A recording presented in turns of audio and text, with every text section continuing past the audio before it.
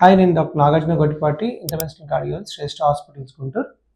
So ఈరోజు మనకి రెగ్యులర్గా వచ్చే డౌట్స్ మెసేజెస్ రూపంలో చాలా మంది పెడుతున్నారు. దానికే సమాధానం చెప్పడానికి చూద్దాం.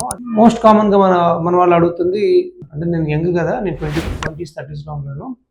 సో నేను నా హెల్త్ గురించి ఏం పెద్ద వరి అవ్వాల్సిన అవసరం లేదా అంటే, మీకు 20s 30sలో హెల్త్ ప్రాబ్లమ్స్ వచ్చే అవకాశం తక్కువగా ఉంటాయి. అలానని చెప్పి మీరు ఫుడ్ కానీ ఇష్టం వచ్చినట్టు తీసుకొని ఇర్రెగ్యులర్ లైఫ్ స్టైల్లో ఉన్నారంటే మీకు కూడా హెల్త్ ప్రాబ్లమ్స్ వచ్చే అవకాశం ఉంటుంది. నెక్స్ట్, హార్ట్ ప్రాబ్లం అంటే నాకు తెలుసుద్ది కదా, నాట్ ఆల్వేస్.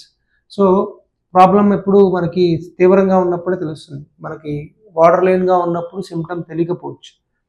మనకి ఏం లేదు కదా అని మనం దాన్ని అశ్రద్ధ చేసి దాని సివియారిటీని పెంచుకోవడం కంటే ముందుగా ఒకసారి ప్రివెంటివ్ చెకప్ అనేది బెటర్. నేను కొలెస్ట్రాల్ ట్యాబ్లెట్ తీసుకుంటున్నాను, సో నేను ఏది తిన్నా పర్లేదా అనేది ఇంకో క్వశ్చన్. కొలెస్ట్రాల్ ట్యాబ్లెట్ అనేది మనకి రక్తంలో కొలెస్ట్రాల్ పెరగకుండా మాత్రమే ఉపయోగపడుతుంది. మనం తీసుకునే ఆహారాన్ని అది కాంపెన్సేట్ చేయలేదు. నేను ట్యాబ్లెట్ తీసుకున్నాను కదా అని ఇర్రెగ్యులర్ ఫుడ్ తీసుకుంటే ఆ ట్యాబ్లెట్ ఎఫెక్ట్ సరిగ్గా ఉండదు. మీరు తీసుకునే జాగ్రత్తలు తీసుకుంటే, కొలెస్ట్రాల్ ట్యాబ్లెట్ తీసుకుంటే మీకు కొలెస్ట్రాల్ లెవెల్స్ కంట్రోల్ అవుతాయి. మీ ఫుడ్ మార్చుకోనంత కాలం మీకు ట్యాబ్లెట్ ఒకటి పనిచేయదు. మీరు ఫుడ్ మార్చి మీ లైఫ్ స్టైల్ మారిస్తేనే మీ ట్యాబ్లెట్ మీకు పనిచేస్తుంది.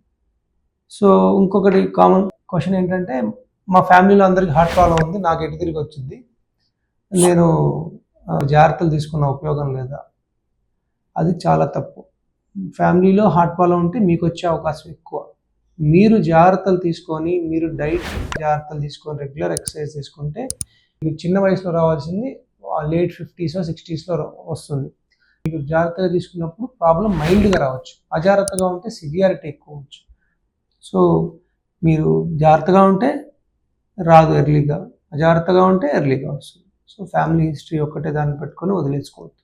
సో దాన్ని మనం యాక్సెప్ట్ చేయద్దు. నాకు ఇది ఇలా అయిపోయింది, నేను యాక్సెప్ట్ చేస్తున్నాను ఎప్పుడు చేయద్దు. మీది ఎఫర్ట్ మనం పెట్టాలి. ఫుడ్ కానీ ఎక్సర్సైజ్ కానీ మీ ఎఫర్ట్ మీరు పెడితేనే దాన్ని మనం సివియారిటీ నుంచి తప్పించుకోగలం.